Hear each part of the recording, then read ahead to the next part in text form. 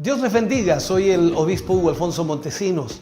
La palabra de Dios para nuestras vidas está llena de esperanza y nos muestra los principales pilares de la fe en nuestro Señor Jesucristo.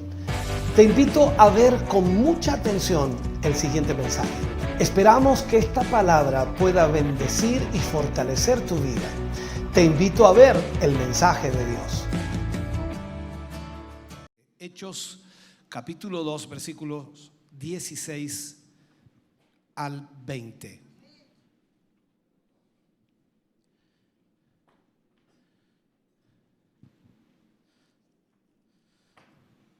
Leemos la palabra del Señor, lo hacemos en el nombre de nuestro Señor Jesucristo. Dice: mas esto es lo dicho por el profeta Joel.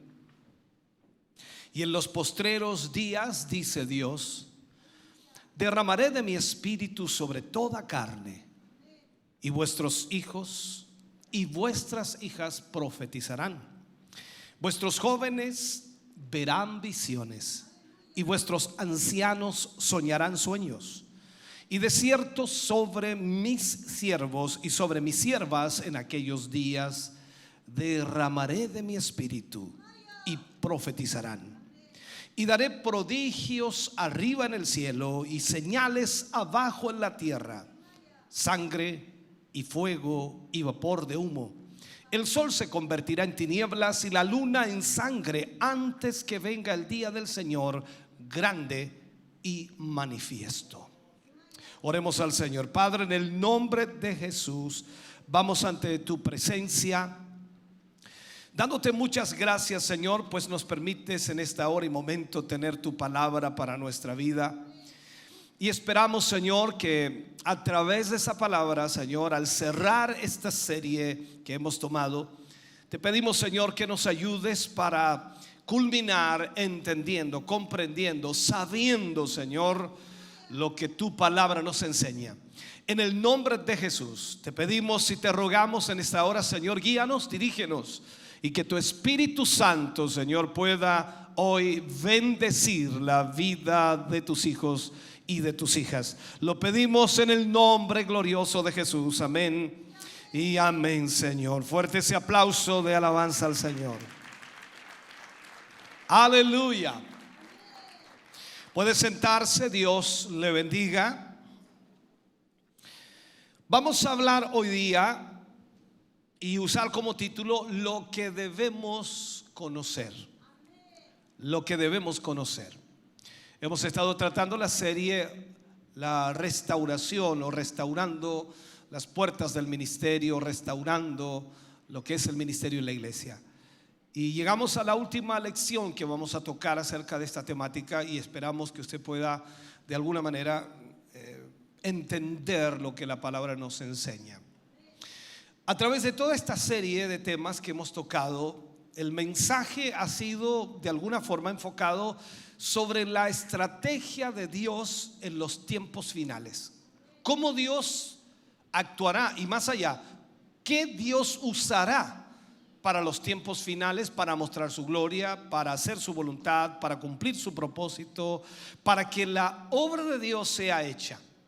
En este mensaje trataremos con lo que la iglesia debe saber, con lo que la iglesia debe saber. Y al mismo tiempo debe saber para que, si la iglesia quiere ser el instrumento de Dios para el derramamiento final del Espíritu Santo, la iglesia tiene que saber perfectamente lo que Dios quiere que nosotros sepamos.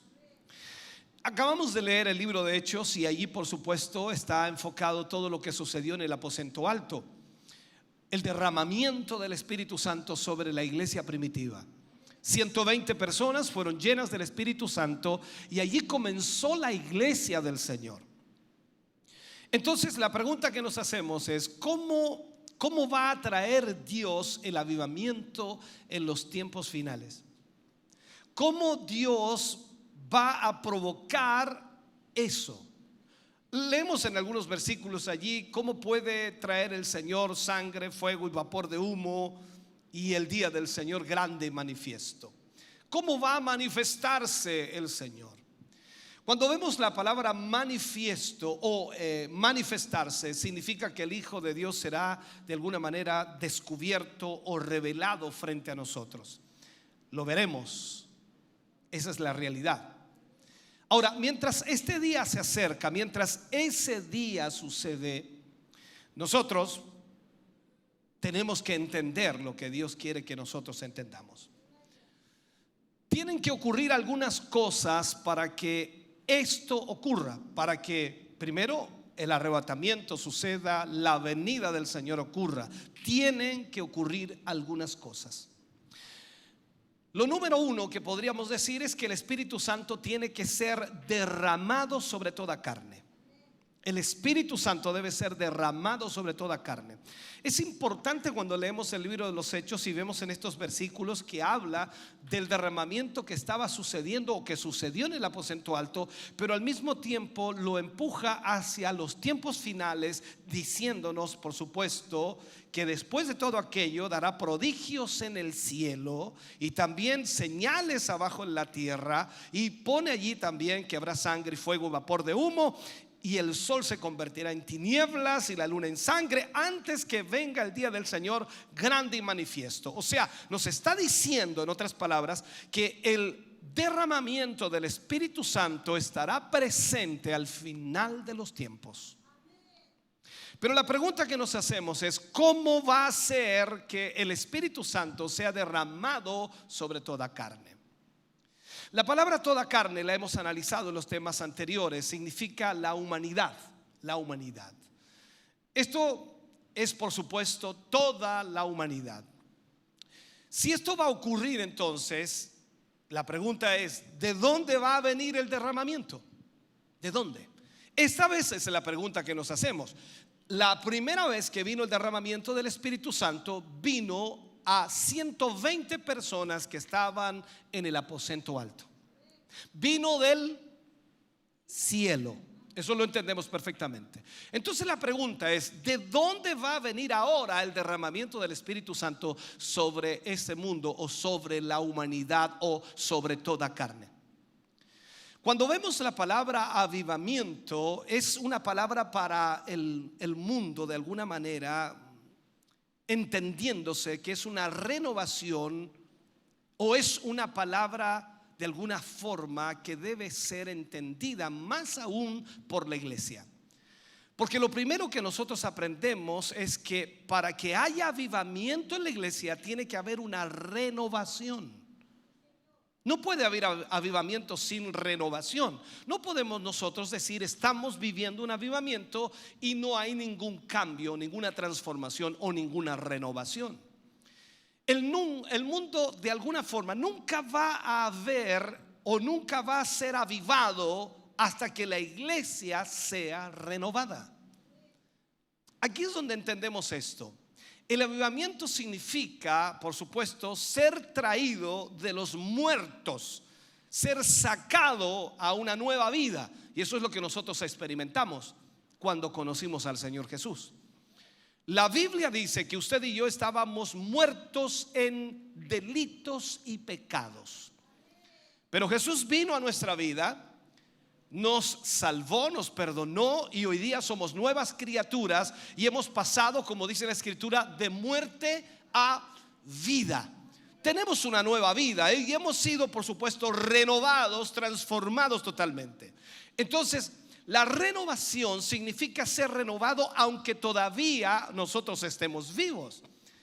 Porque sin duda cada uno de nosotros estamos con vida, pero necesitábamos la renovación espiritual en nuestra vida. Es lo que Jesús también le dijo en la conversación con Nicodemo, recordemos eso.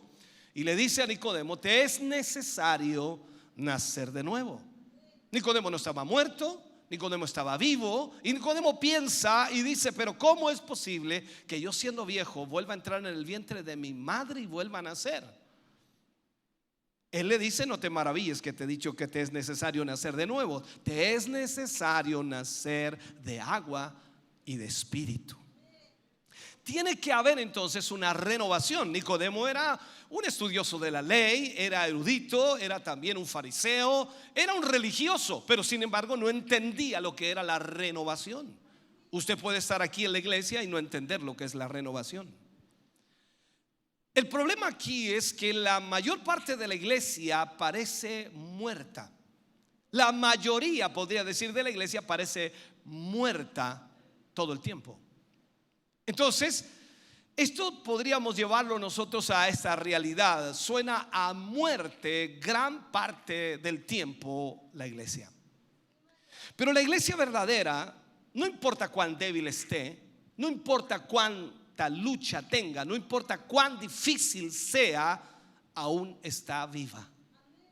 La iglesia del Señor permanece viva. Y la única vida de Dios que hay en el mundo, la única vida de Dios presente en esta humanidad, es la iglesia. O sea, no hay otra vida de Dios en esta tierra, solamente la que tiene la iglesia. O sea, si usted y yo somos la iglesia del Señor, la vida de Dios fluye en nosotros. ¿Cuántos dicen amén a eso? Entonces, vuelvo a insistir, el mundo necesita ser avivado. El mundo necesita una renovación, pero nunca será hasta que la iglesia esté renovada. Hasta que la iglesia tenga este cambio, esta transformación que permitirá llevar el Espíritu de Dios a esta humanidad. Entonces hay tres cosas que deben ocurrir en la iglesia antes que podamos empezar el movimiento, y que va a traer, por supuesto, este movimiento al final del tiempo. La renovación de la iglesia, o la renovación de la iglesia, tiene que producir un avivamiento en el mundo. Cuando la iglesia es renovada en su condición espiritual, entonces eso trae un avivamiento en el mundo. Usted y yo sabemos que Jesús viene. ¿Cuántos creen eso? Yo creo con todo mi corazón que la venida del Señor está en el horizonte, está a las puertas. En cualquier momento la trompeta del Señor suena y nos vamos a la presencia del Señor. ¿Dije bien? Nos vamos a la presencia del Señor. Pero al mismo tiempo creo que nos estamos moviendo hacia un tiempo del avivamiento más grande que nunca se haya conocido en la historia de la humanidad. Un avivamiento que nunca antes ha sido visto. Dios está empezando algo nuevo. Y ese algo nuevo, puedo decirlo así, es aquello que fue hecho en la parte antigua, por decirlo así. Fue hecho en el tiempo antiguo y fue grandioso y se realizó en el día de Pentecostés. O sea, ese mismo avivamiento que vino a la iglesia primitiva vendrá otra vez al final de los tiempos para que esta iglesia pueda alcanzar, tocar al mundo con la presencia de Dios. Esto es por decir, todo vuelve a los inicios, todo vuelve a la génesis, todo vuelve al comienzo. La iglesia que el Señor vendrá a buscar será una iglesia que esté llena del Espíritu Santo. ¿Cuántos dicen amén? Una iglesia que esté llena del Espíritu Santo. O sea, el fin siempre está contenido en el principio y todo siempre vuelve allí. Dios en su palabra nos muestra constantemente aquello. Entonces hay tres cosas que deben ocurrir en la iglesia antes que la renovación esté completa y el fin de los tiempos venga. Tres cosas. La primera, la iglesia tiene que saber algo. Grabe esto en su mente. La iglesia tiene que saber algo. Eso ya lo veremos y lo tocaremos allí en 1 Corintios 3:16, cuando habla, dice: ¿no sabéis que sois templo de Dios y que el Espíritu Santo de Dios mora en vosotros? Entonces la iglesia tiene que saber algo. Segundo, la iglesia tiene que hacer algo. Primero es saber, segundo es hacer.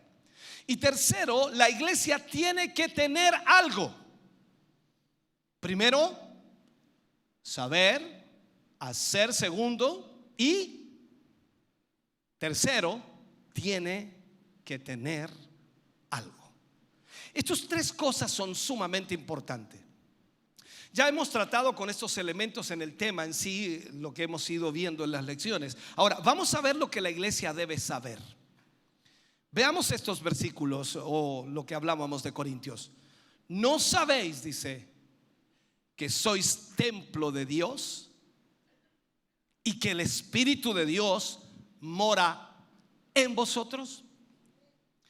Voy a citarlo de nuevo y usted piense en lo que estoy diciendo, por favor. ¿No sabéis a quién está hablando aquí el Señor? A la iglesia.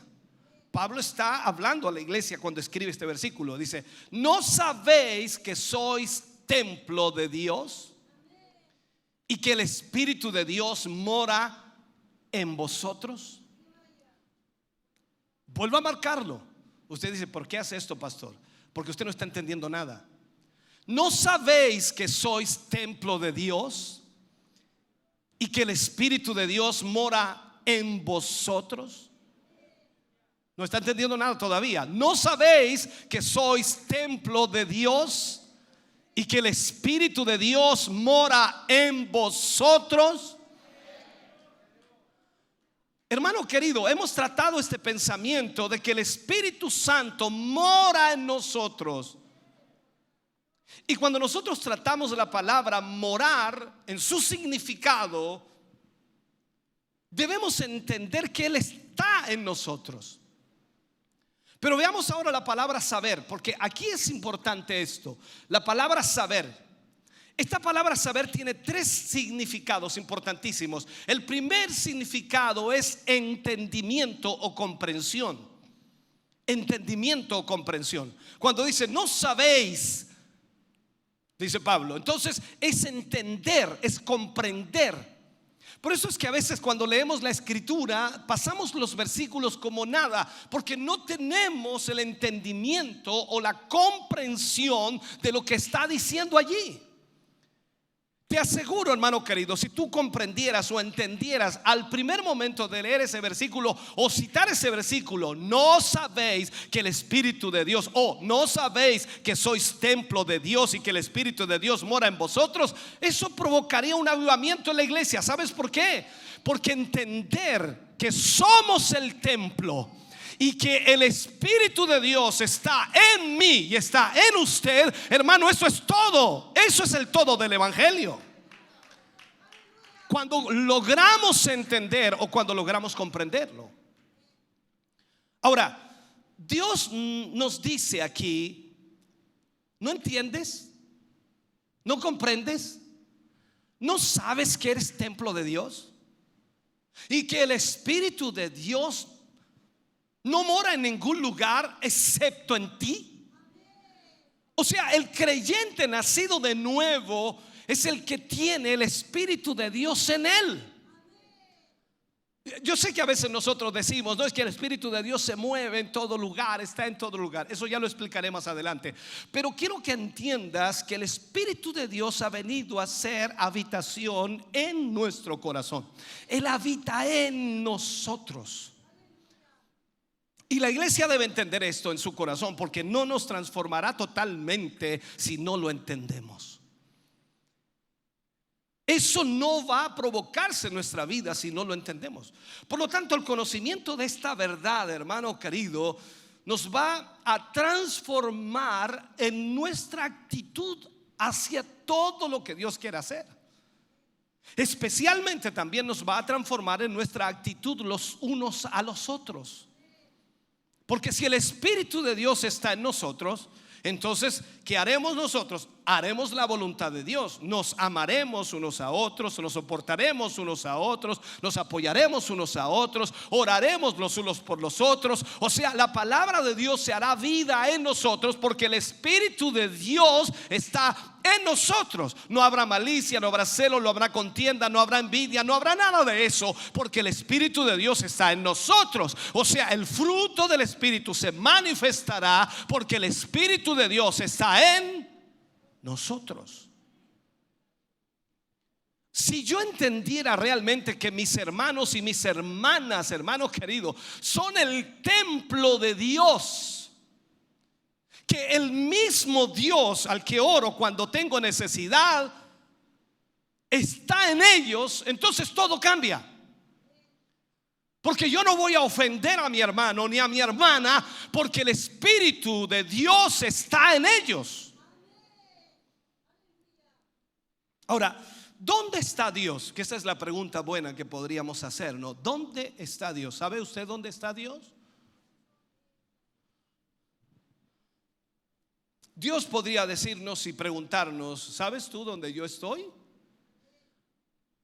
A mí me diría, mira a tu esposa. Ella es mi templo. Mira esto, por favor. Profundiza un poco. Golpéate la cabeza para que tus neuronas se activen. Mira a tu esposa.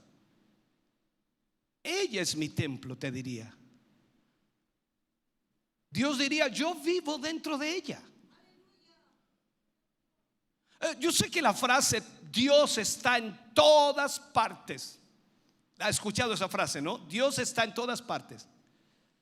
Claro que sí, lo podemos hacer bíblicamente. La Biblia habla acerca de eso también. Dice, si subieres a los cielos, ahí estás tú.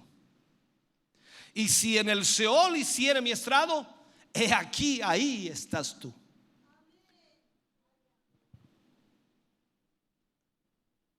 Aún ahí me guiará tu mano y me asirá tu diestra. O sea, cuando de alguna manera nosotros decimos que Dios está en todo lugar, vemos en la Biblia que Dios nunca dice que Él vive en su mundo cósmico. Escuche bien, Él vive en su cuerpo. Y la Biblia nos enseña que el cuerpo de Dios es la iglesia. ¿Me sigue, por favor? Y Él está con su presencia y con toda su omnipresencia en todo lugar donde está la iglesia. ¿Me sigues, por favor?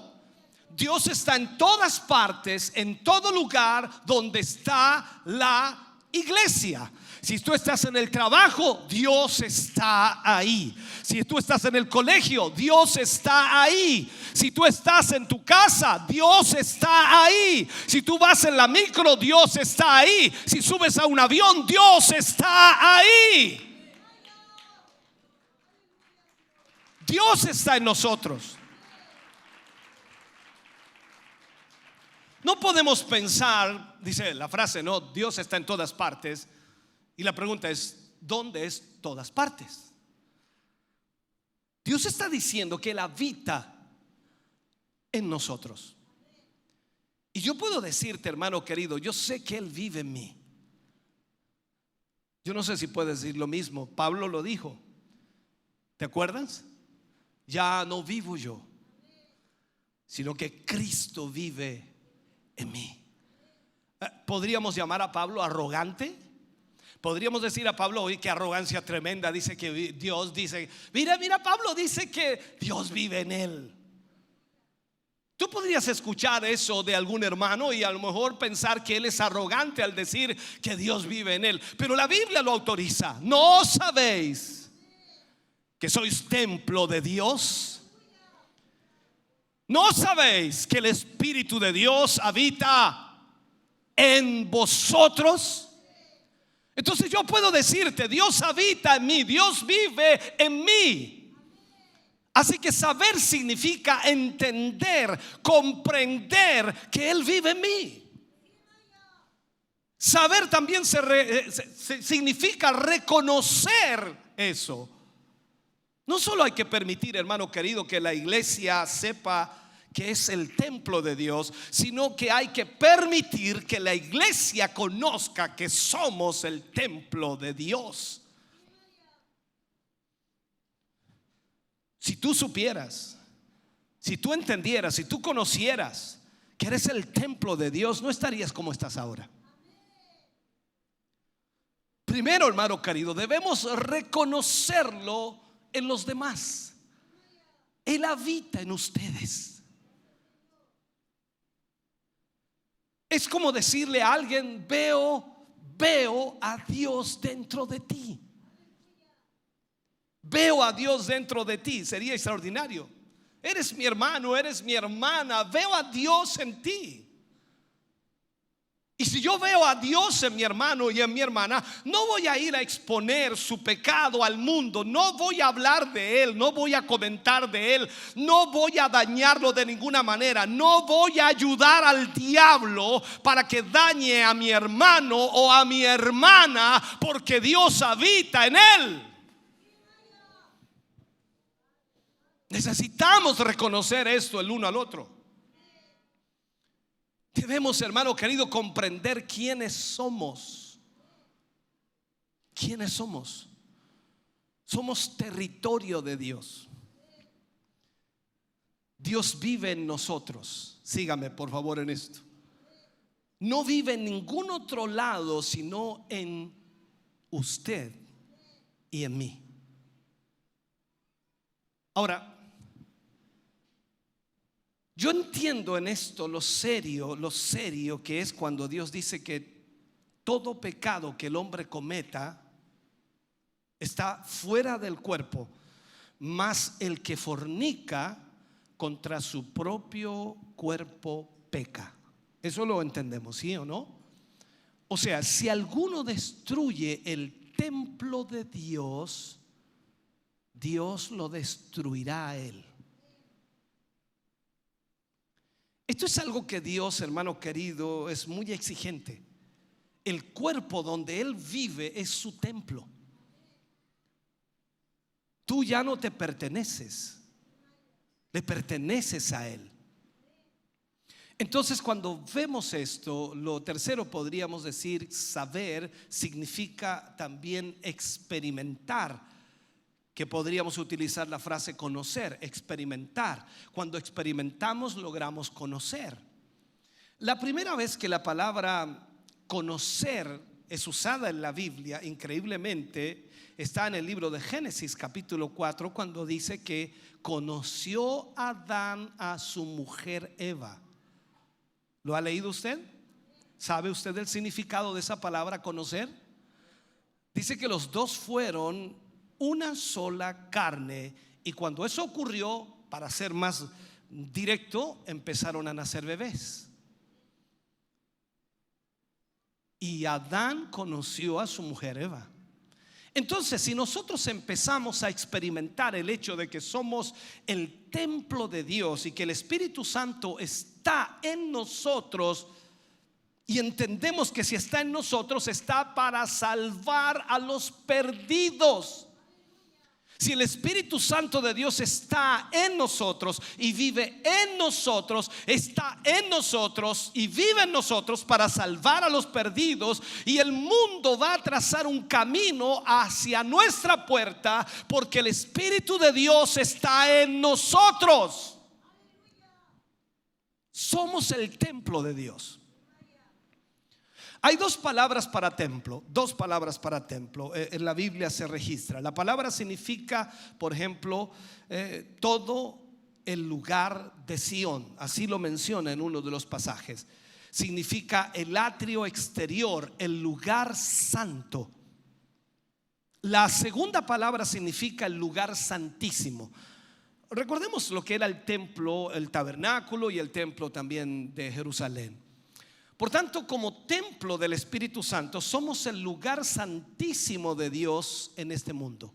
El lugar santísimo de Dios. ¿Qué pasaba en el lugar santísimo? Los que estudiaron el tabernáculo y vimos todo su significado es extraordinario. El lugar santísimo era el lugar donde se aplicaba la sangre. El sacerdote entraba con sangre en su oreja, en su pulgar, en el dedo del pie y un recipiente con sangre para ser derramada en el altar. Después que la sangre era derramada en el altar, el sacerdote salía y declaraba a la gente que Dios había aceptado la sangre y que sus pecados estaban cubiertos. Eso es cuando el sacerdote lograba salir. Recuerde que tenía que entrar amarrado con una cuerda por si el sacerdote moría. Porque si el sacerdote no estaba bien con Dios y estaba en pecado, moría adentro. Y entraba en sus bordes con una campanilla y una granada, y la campanilla al caminar sonaban, Por lo tanto, la gente sabía que estaba vivo. Había un silencio total, escuchando las campanillas mientras el sacerdote se movía dentro del lugar santísimo. Y cuando el sacerdote salía, todo el pueblo sabía que Dios había aceptado la sangre y habían sido cubiertos sus pecados. ¿Sabe usted? Nosotros somos el único lugar, si lo puedo plantear así, el único lugar en el mundo donde Dios lo haya hecho. Se lo explico, somos el templo de Dios. Espérese. Cuando se anunciaba la redención y la gente decía, así sea, todo el pueblo de Israel clamaba así, así sea, la gloria descendía y llenaba el lugar santísimo donde el sacerdote estaba ministrando. Tú y yo somos el lugar santísimo de Dios. Jesús fue crucificado, todos lo sabemos, y murió, resucitó, ascendió a los cielos y fue aceptado allá arriba en los cielos. Jesús ascendió de vuelta a la presencia del Padre con su propia sangre, con el sacrificio aceptado. Se sentó a la diestra del Padre, y mientras el pueblo de Dios en el aposento alto estaba alabando y magnificando a Dios, decían así sea, amén. O sea, ¿qué estaban esperando? Que el Dios Todopoderoso aceptara el sacrificio, el derramamiento de sangre de su propio Hijo. Y cuando eso sucedió, el Espíritu Santo vino a decirnos que había sido aceptado el sacrificio y habíamos sido perdonados de todos nuestros pecados. Señor Jesús. Tal como en el Antiguo Testamento, cuando el pueblo decía así sea, amén, entonces así el símbolo del Antiguo Testamento, usted lo sabe, la gloria descendía y llenaba el lugar santísimo. Y cuando vemos en Pentecostés, dice, todos fueron llenos del Espíritu Santo y empezaron a hablar otras lenguas según el Espíritu les daba que hablasen. O sea, en un aposento alto en Jerusalén, escúchame bien, 120 personas se convirtieron en el lugar santísimo, en la habitación de Dios. Tal como en el Antiguo Testamento, o el tipo del Antiguo Testamento. Hoy si los hombres tratan con Dios o tratan de encontrar a Dios, tienen que tratar con Él en el lugar santísimo. ¿Recuerda usted que en el Antiguo Testamento todos los que oraban tenían que orar mirando hacia el templo? Tenemos el ejemplo de Daniel, que abría sus ventanas y oraba en dirección a Jerusalén para que su oración fuera oída, mirando hacia el templo. Siempre tenían que orar mirando hacia el templo. ¿Por qué? Porque allá estaba el lugar santísimo. Hoy, si los hombres tratan con Dios, tienen que tratar con Dios a través de la iglesia. Dice en Hechos 1:8, recibiréis poder cuando haya venido sobre vosotros el Espíritu Santo y me seréis testigos. ¿Me sigue? Mira el tabernáculo del Antiguo Testamento. La Biblia dice que el tabernáculo del testimonio, así se le llamaba, el tabernáculo del testimonio, era visto por todos los hombres. Cuando la gloria vino el día de Pentecostés, llenó a los 120 y se convirtieron, ellos se convirtieron por el hecho de su presencia, la presencia del Espíritu Santo en ellos, en el templo del testimonio de Dios. Miles fueron atraídos por la gloria de Dios que llenó, por supuesto, ese templo. Dios no tiene otra estrategia de avivamiento.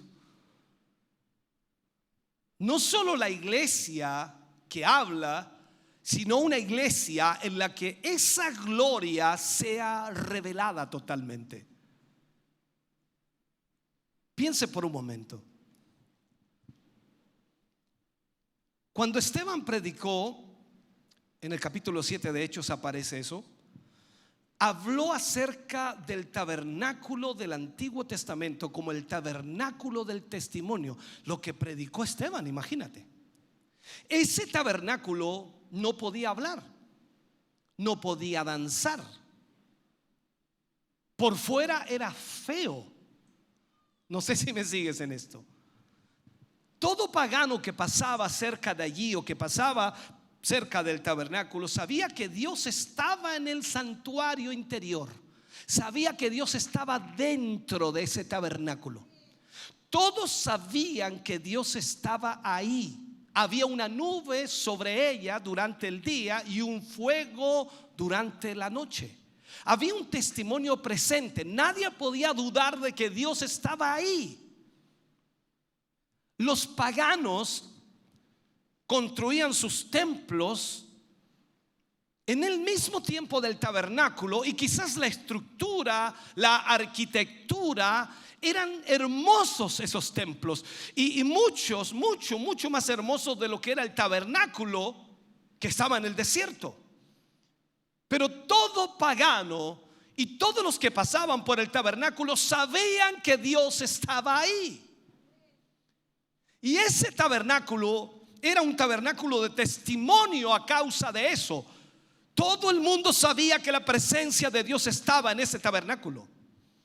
Entonces, antes que el Espíritu Santo viniera al lugar santísimo en el aposento alto, 120 hombres y mujeres forjados por el fuego de Dios fueron ordenados a permanecer allí, a esperar hasta que fueran investidos de poder de lo alto.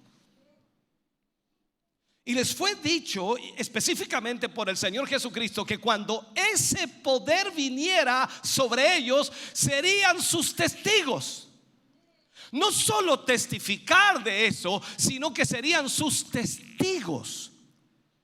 Cuando el viento sopló en el aposento alto y llenó a aquellos discípulos que estaban esperando ahí, salió de ellos tal gloria, hermano querido, tal alabanza, tantas lenguas como de fuego, que incluso dice la escritura que se repartieron lenguas de fuego y se asentaron sobre cada uno de ellos.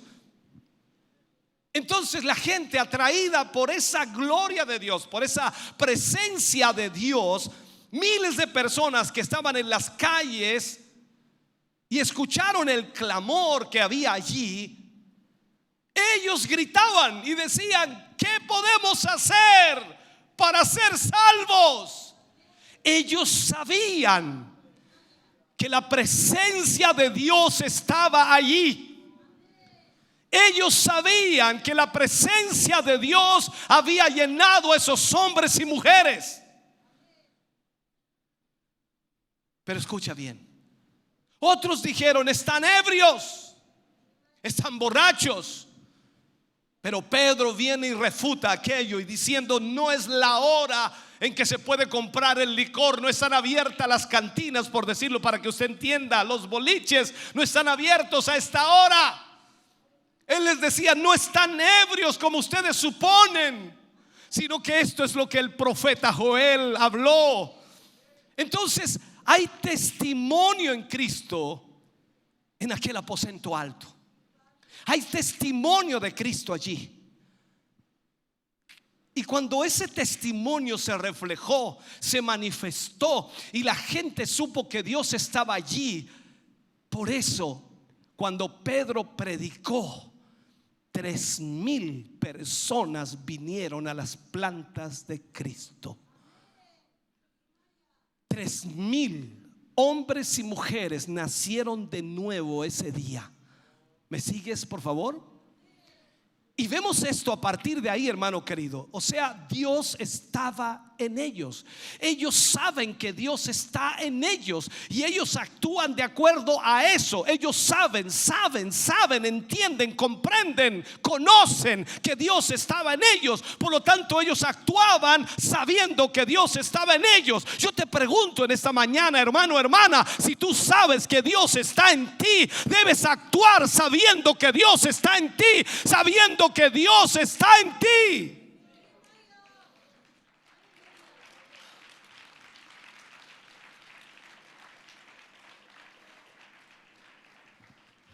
Me gustaría decirte tantas cosas que tengo aquí en mi mente acerca de la palabra, pero no tengo el tiempo. Pero déjame mostrarte algo de Pedro.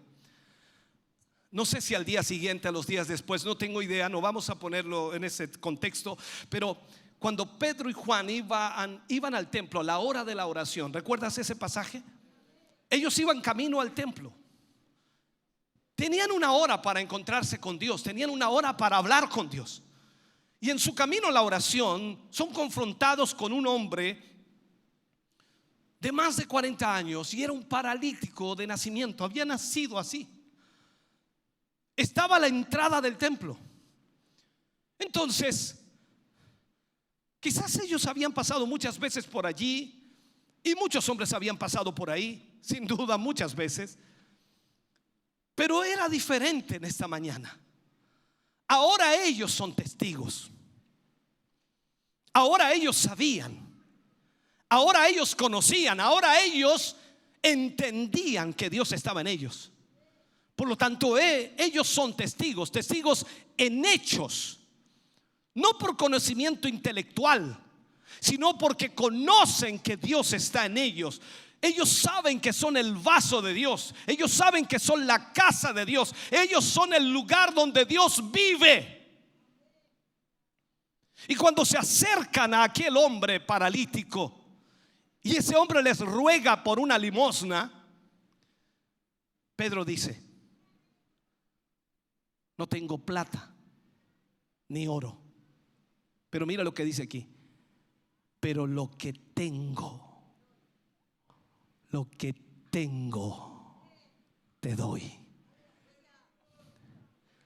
No tengo plata ni oro, le dice Pedro, pero lo que tengo te doy. Y ese paralítico de 40 años se levantó gritando, corriendo y alabando a Dios, entrando en el templo donde antes no se le permitía entrar. Y entró alabando a Dios sano totalmente. ¿Por qué? Porque Pedro sabía que él era el templo de Dios. Pedro sabía quién era él.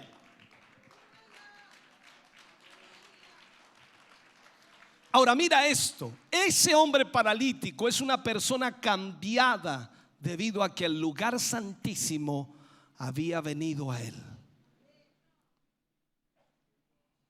Por eso cuando tú miras en la escritura y miras los evangelios, dice que el Señor Jesús, a donde Él iba, todos eran sanados. Todos los endemoniados eran liberados. Los muertos resucitados. Y aún con los que Él ni siquiera tenía pensado contactar, como la mujer del flujo de sangre, que puso en su corazón y en su mente: si tan solo tocar el borde de su manto seré salva.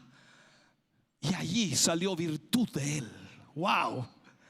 Tocó el féretro de ese muchacho único de su madre que lo llevaba a enterrar y se levantó. Aleluya. Estuvo frente a la tumba de Lázaro. Dijo: Lázaro, sal fuera. Hermano querido, cuando Dios está en tu vida, cuando tú sabes que eres templo del Espíritu Santo de Dios, el Dios todopoderoso, creador de los cielos y la tierra, está en ti.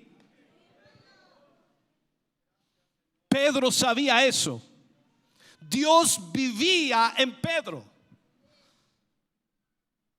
Y Pedro entendía esa verdad. Entonces él es un testigo de Cristo por lo que está dentro de él. Y eso es lo que Dios nos está diciendo en esta mañana.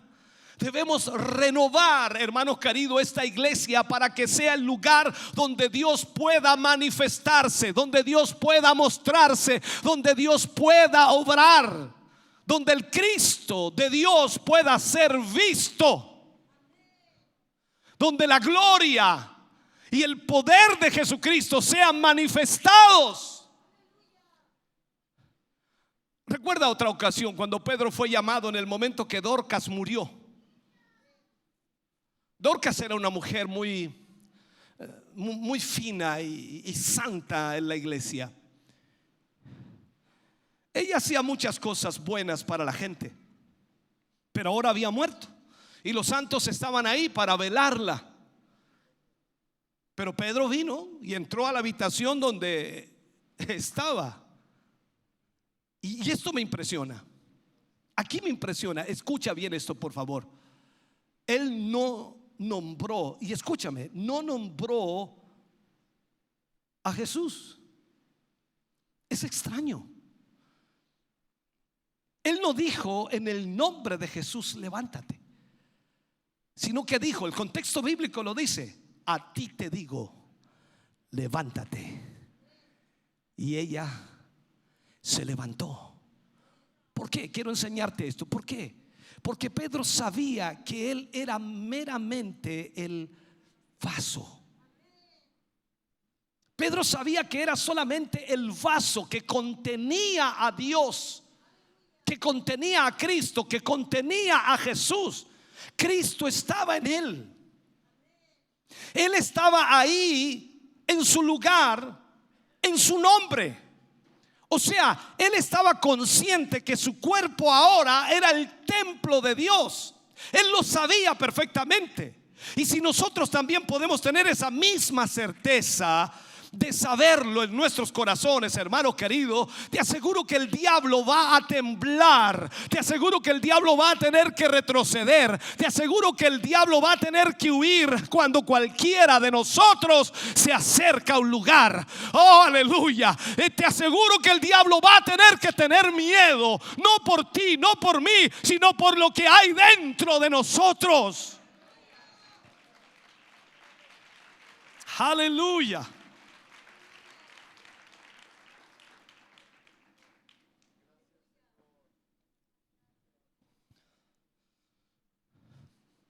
Sabes, en todo el libro de los Hechos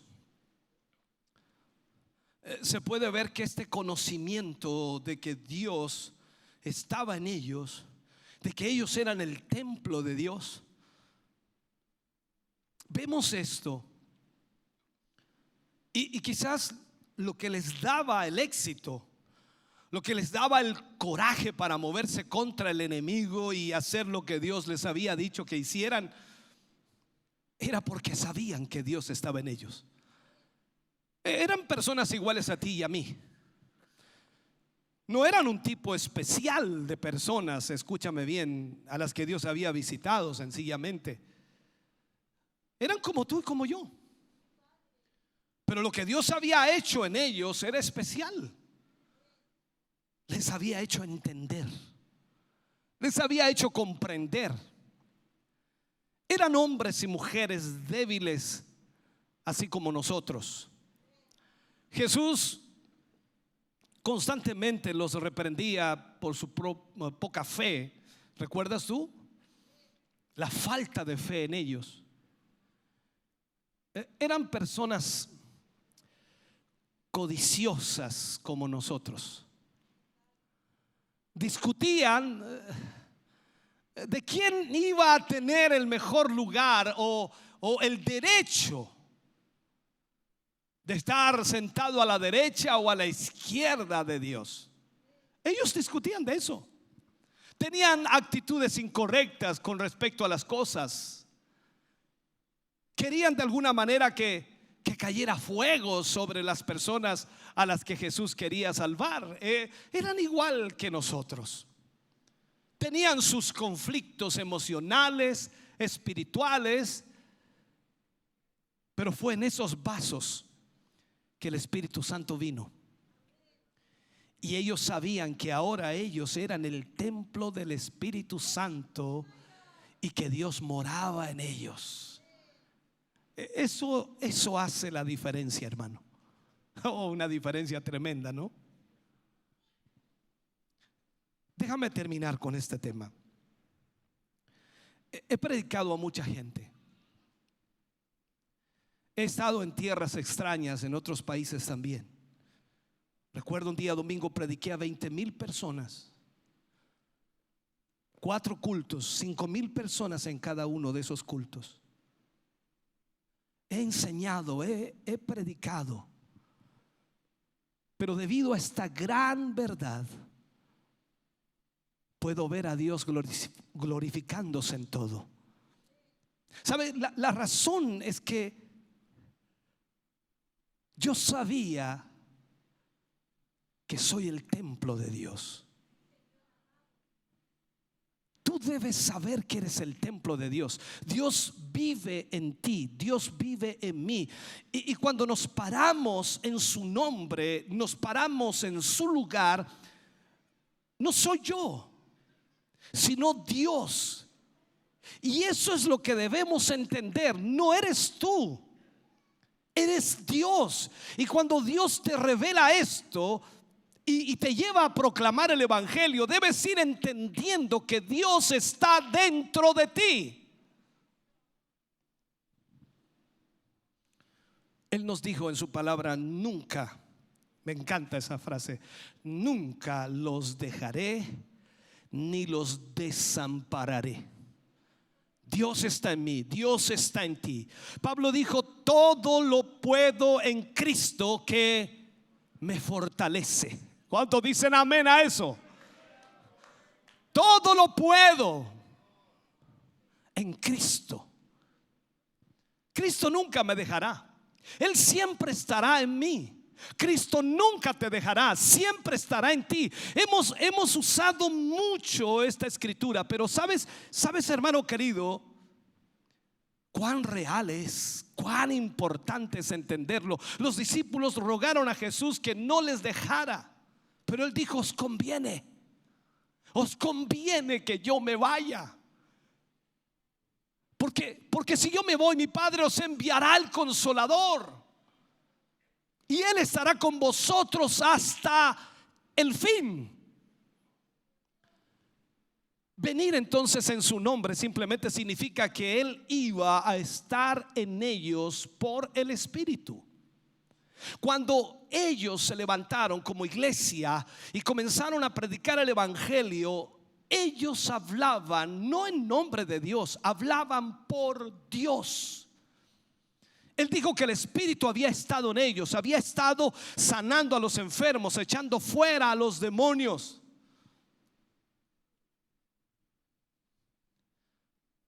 Él les dijo en un momento que Él ha estado con ellos.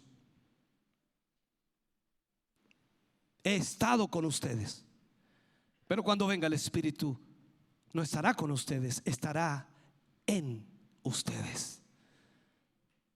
Van a convertirse realmente en el templo de Dios.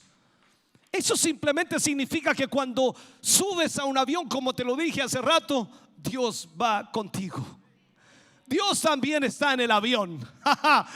Bendito sea el Señor. Cuando estás en tu lugar, Dios está, hermano querido, donde quiera que estés. Cuando estás en tu casa, allí Dios está contigo. Cuando estás en el trabajo, allí Dios está contigo. Cuando predicas, Dios está en ti.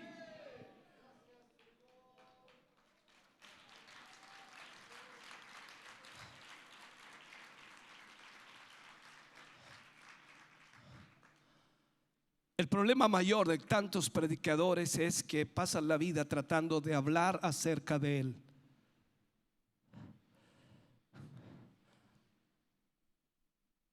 Tenemos que hablar por Él. Lo que la iglesia debe saber es: ¿no sabéis que sois el templo del Espíritu Santo? ¿No sabéis que tu cuerpo es el templo del Espíritu Santo? Dios está en ti. Y tenemos que comprender esto. Y cuando tú y yo lo sepamos en nuestro corazón, entonces repentinamente te darás cuenta que puedes hacer lo que Dios te ha llamado a hacer. No importa lo que ocurra a tu alrededor, no importa las circunstancias o situaciones que puedas estar viviendo, no importa. Si tú sabes que Dios está en ti, no habrán límites, no habrán barreras. Creerás totalmente lo que Dios dice en su palabra y te aferrarás a ello y sabrás que Dios está en tu vida. Por lo tanto, hermano querido, hoy más que nunca necesitamos entender que el Espíritu Santo habita en nosotros. Y si el Espíritu Santo habita en nosotros, eso significa entonces que Dios está en nosotros. Ponte de pie, iglesia, por favor. Ponte de pie, por favor. Si me das un poquito de monitor, por favor. Póngase de pie.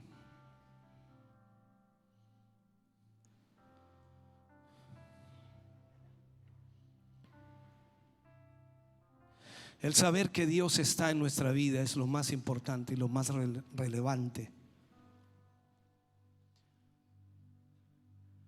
Pero quiero que entiendas que Él no está en tu vida tan solo para ayudarte en tus conflictos, dramas, problemas, situaciones, enfermedades, dolencias.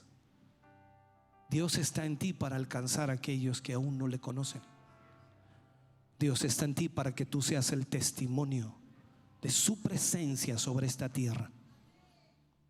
Que tal como en el tabernáculo todos sabían que la presencia de Dios estaba allí, no era de ninguna manera,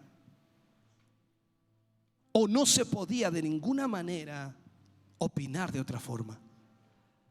Todo el mundo sabía que la presencia de Dios estaba allí. Cuando tú y yo entendamos eso y actuemos de la manera en que Dios desea que actuemos, la gente correrá. La gente buscará a Dios en ti. La gente vendrá a ti porque saben que la presencia de Dios está en ti.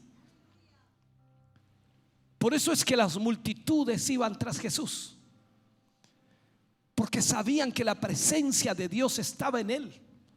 ¿Cómo dudarlo? Las multitudes iban tras Él. Cuando los discípulos fueron llenos del Espíritu Santo, las multitudes venían tras ellos. La gente sacaba a sus enfermos a la calle para ver si la sombra de Pedro sanara a algunos. Hermano querido, entiéndelo por favor. Tú y yo somos templo del Espíritu Santo de Dios. El Espíritu de Dios habita en nosotros. Dios no está aquí moviéndose por los pasillos. Dios no está moviéndose aquí por las sillas. Dios está en ti y en mí, y Él quiere moverse en nosotros. Y que la gente que venga a este lugar sepa que hay presencia de Dios en ti y en mí.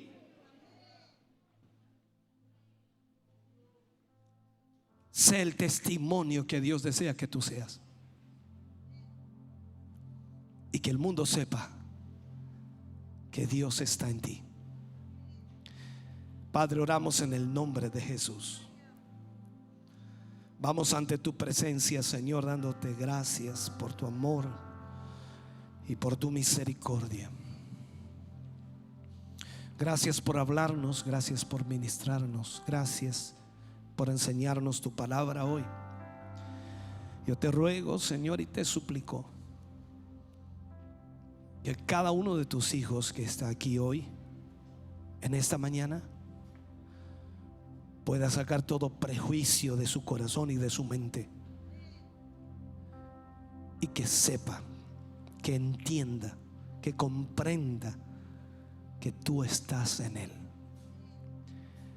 Y si tu presencia está en ellos, vendrá una renovación maravillosa a sus vidas. Padre, en el nombre de Jesús te agradecemos por esta palabra en esta mañana. Te agradecemos por tu presencia.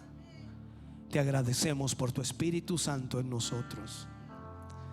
Gracias por hablarnos, por ministrarnos, en el nombre de Jesús. Amén y amén, Señor. Adoremos al Señor juntos.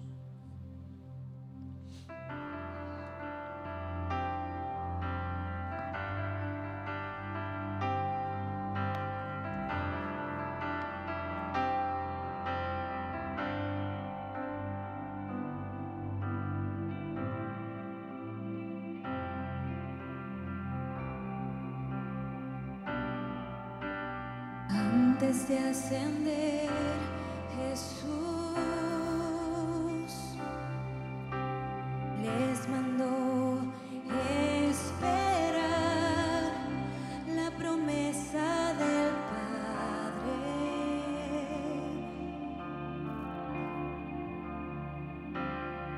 Estando juntos, vino del cielo, fue como un viento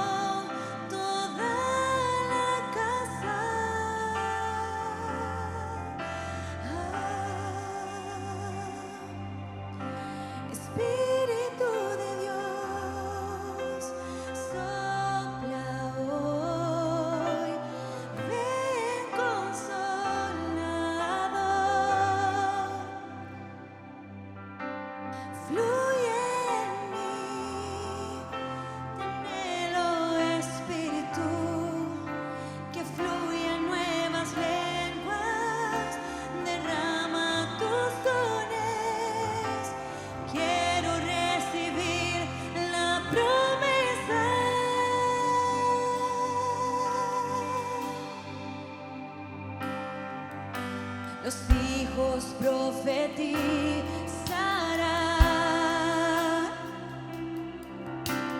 los ancianos soñarán, los jóvenes verán visiones,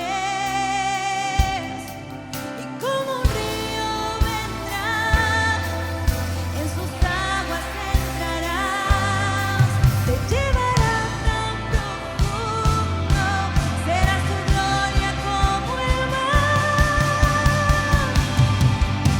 Espíritu de Dios, sopla hoy, ven consolador, fluye en mí, te anhelo Espíritu, que fluyan nuevas lenguas, derrama tus dones, quiero recibir la promesa. Espíritu de Dios, sopla hoy, ven consolador, fluye en mí,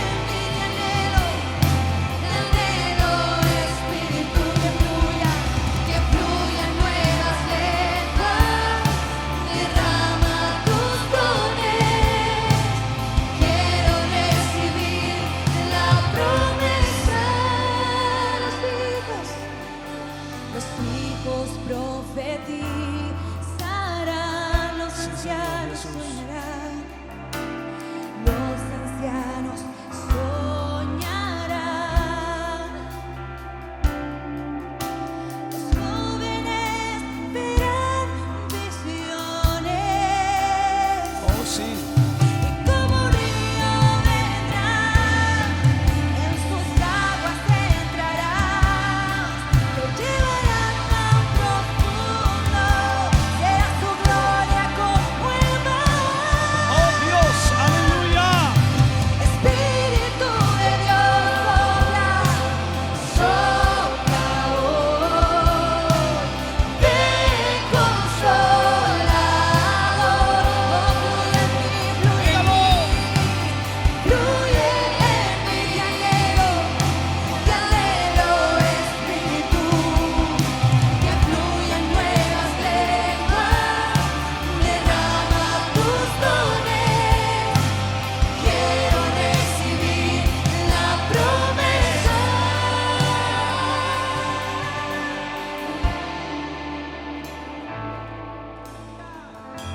¿No sabéis que sois templo del Espíritu de Dios? ¿No sabéis que el Espíritu Santo de Dios habita en vosotros? Es tiempo de entender, de comprender. La única manera y la estrategia de Dios para alcanzar al mundo perdido, para salvar hoy a los que se pierden, es a través del derramamiento del Espíritu Santo en su iglesia. Esta no es una opción, es una obligación que nosotros debemos tomar, y debemos pedirle al Señor que Él nos llene de su presencia, que Él nos llene de su Espíritu, para que podamos cumplir lo que el Señor quiere. Tú y yo somos el templo de Dios. Tu vida, mi vida, se transforma en el lugar santísimo, en donde habita la presencia de Dios, en donde la multitud de personas que te observan y te vean deben saber que la presencia de Dios está en ti. Este es el momento para pedirle a Dios que Él nos llene y que Él fluya en nosotros. Cuando tú sepas que eso es así, no habrán barreras, no habrán límites. Todo puede suceder, porque Dios lo puede hacer todo. Nada imposible para Dios. Y solo tú puedes permitirle al Espíritu de Dios fluir en tu vida. ¿Quieres venir al altar? Por favor, ven mientras adoramos a Dios, mientras cantamos. Ven a este lugar. Pídele al Señor que te llene de su Espíritu. Es el tiempo en donde Dios desea obrar en tu vida. Lléname, Oh sí, Jesús. lléname,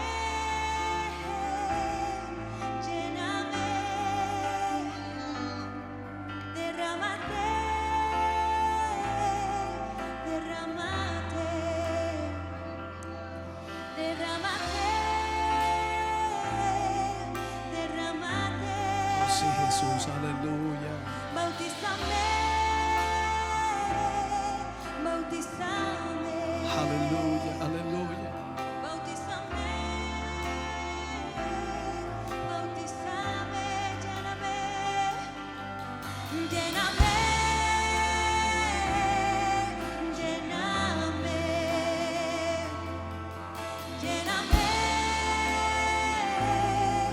lléname, lléname. Lléname, lléname,